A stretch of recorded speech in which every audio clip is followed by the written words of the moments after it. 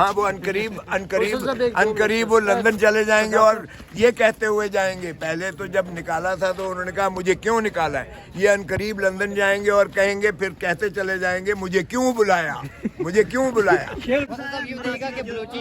بہت سارے مراسی ہیں ہمارے. کسی ایک کا بتا دیں جو فیمس ہو, پروفیشنل ہو. سر آپ کی جو ٹیم ہے تحریک انصاف کی, وہ ان کے پاس کب جائے گی؟ میں رات ہوا ہوں, میں کل ہی ہوا ہوں ان کے پاس. میں نے بالکل ان سے اظہار یکجہتی بھی کیا ہے. شیخ صاحب کو ٹکٹ جاری کریں گے. بہت ہو گیا. دیکھیں شیخ رشید صاحب کی تو ماشاءاللہ اپنی جماعت ہے, وہ کہہ رہے ہیں ہم دیکھتے ہیں. ابھی وہ چل رہی ہے معاملات, وہ باتیں چل رہی ہیں. پارٹی نے فیصلہ ابھی کرنا. مگر شیر افضل مروت کہتے ہیں کہ وہ تمہارے تعدی نہیں ہے. دیکھیں وہ فیصلہ ہوگا. ایک مختلف آراء ہو سکتی ہیں, رائے پارٹی کے اندر بھی ہمیشہ ہوتی ہیں, لیکن ابھی حتمی فیصلہ نہیں ہوا. اچھا سر, جیل میں خان صاحب کو بتایا گیا ہے کہ کوئی نک دا کوکا جو گانا ہے وہ بڑا ٹرینڈ کر رہا ہے, اور آپ کی تو وہ کمپین ہو رہی ہے باقاعدہ اس گانے سے.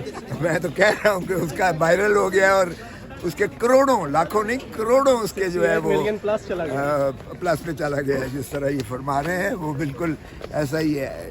اور خان صاحب کی تو ہر چیز جو ہے وہ وائرل ہو جاتی ہے, اور وہ ہارٹ تھراب جسے کہتے ہیں, لوگوں کی دلوں کی دھڑکن بن جاتی ہے. تو اس لیے خان صاحب کی کیمپین تو خود بخود یہ کر رہے ہیں ماشاءاللہ. جتنا زیادہ ریپریشن کرتے ہیں اتنی اس کی کیمپین بڑھتی چلی جاتی ہے. اگلا وزیر اعظم کون ہے سر؟ اگلا وزیر اعظم دیکھیں, عوام ہی وزیر اعظم ہے. ہم نے عوام کو مقتدر کرنا ہے, عوام کو ان کا حق دینا ہے. خان صاحب بھی یہی کہتے ہیں کہ عوام کو اس کی ملکیت دیں. ان کے آپ سمجھتے ہیں کہ عوام کے ووٹ کی طاقت ہوتی ہے, سمجھا جاتا ہے.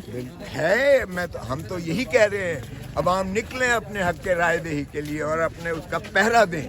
جب تک وہ رزلٹ لیتے نہیں ہیں, عوام پہرا دے اپنے ووٹ کا.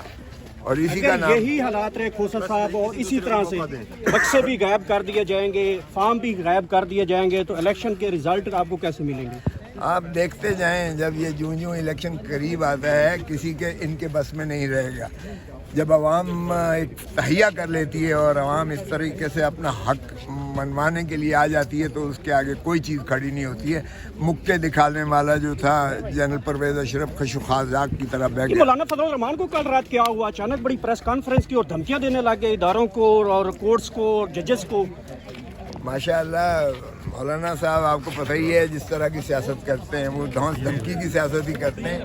باقی وہ دھرنے کے بادشاہ ہیں. وہ اتنے طاقتور ہیں کہ وہ ریاست کو. آپ نے پہلے ایک میراثیوں کا نام لیا, کوئی ایسا ہے جو پروفیشنل, اس کا نام بتا دیں آپ. یہ آپ خود کسی ایک کا سر, کسی ایک کا نام بتا دیں. اور بلوچوں کے ہم ساتھ ہیں. Thank you sir. Pakistan Tehreek Insaf کے کسی بھی امیدوار کے کاغذات نامزدگی وہ جو ہیں وہ منظور نہیں ہوئے. آج جو ہے عمران سیخ کے کاغذات نامزدگی مسترد کر دیے گئے ہیں, جبکہ حماد اظہر کے کاغذات نامزدگی پر اعتراض جو ہے وہ عائد کر دیا گیا. میرے ساتھ سینئر قانون دان بھی ہیں پاکستان تحریک انصاف سے, تعلق لطیف موسیٰ صاحب موجود ہیں, ان سے ہم بات کرتے ہیں. سر, مراد سیخ صاحب کے کاغذات نامزدگی مسترد ہو گئے, حماد اظہر صاحب کے کاغذات پر جو ہے اعتراض عائد کر دیا گیا. کیا کہیں گے اس حوالے سے, قانون کیا کہتا ہے؟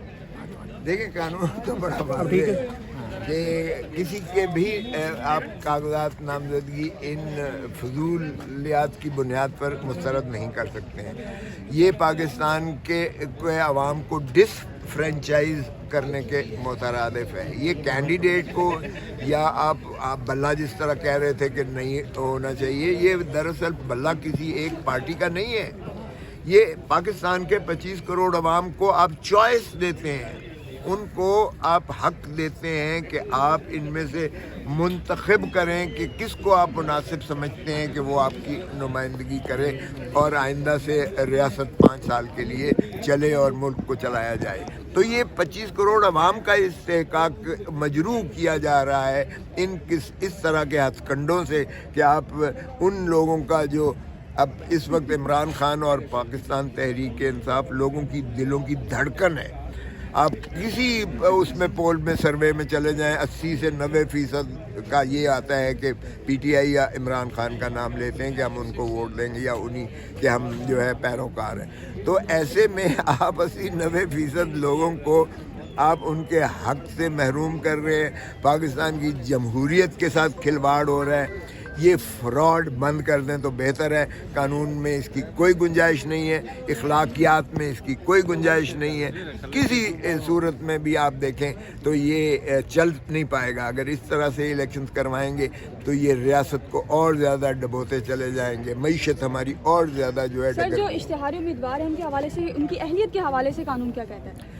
قانون میں کہیں نہیں لکھا ہوا کہ اگر کوئی اشتہاری ہوگا تو وہ الیکشن نہیں لڑ سکتا. دکھا دیں آئین میں یا قانون میں کہیں یہ لکھا ہوا ہو کہ جو مفرور ہے وہ الیکشن نہیں لڑ سکتا. پھر یہ کیسے؟ اور ہائی کورٹ نے اسی بنیاد پر ایک شخص کا جو مفرور تھا اس کا مسترد کیا تھا, اس نے معطل کر دیا. ہائی کورٹ نے, لاہور ہائی کورٹ نے معطل کر دیا اور نوٹس دے دیا ہے کہ آؤ بھائی بتاؤ کہ جب یہ قانون میں اور آئین میں یہ نہیں لکھا ہوا تو پھر آپ نے کیسے مسترد کیا ہے. اس کا نامینیشن بھی بحال کر دیا گیا, اس کی نامزدگی بھی بحال کر دی گئی, کاغذات نامزدگی, اور یہ نوٹس بھی دے دیا.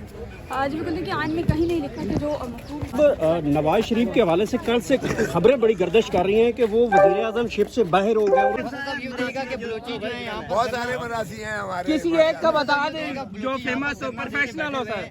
آپ کی جو ٹیم ہے تحریک انصاف کی, وہ ان کے پاس کب جائے گی؟ ان سے میں رات ہوا ہوں, میں کل ہی ہوا ہوں ان کے پاس.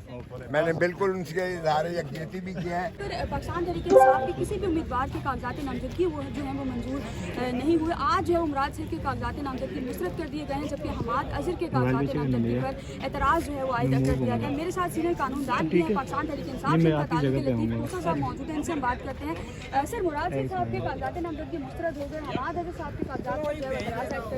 کیا کہیں گے اس حوالے سے, قانون کیا کہتا ہے؟ دیکھیں قانون تو بڑا واضح ہے کہ کسی کے بھی آپ کاغذات نامزدگی ان فضولیات کی بنیاد پر مسترد نہیں کر سکتے ہیں.